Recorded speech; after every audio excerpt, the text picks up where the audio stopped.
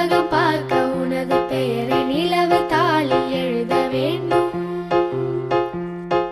உலகம் பார்க்க உனது பெயரை நிலவு தாளில் எழுத வேண்டும்.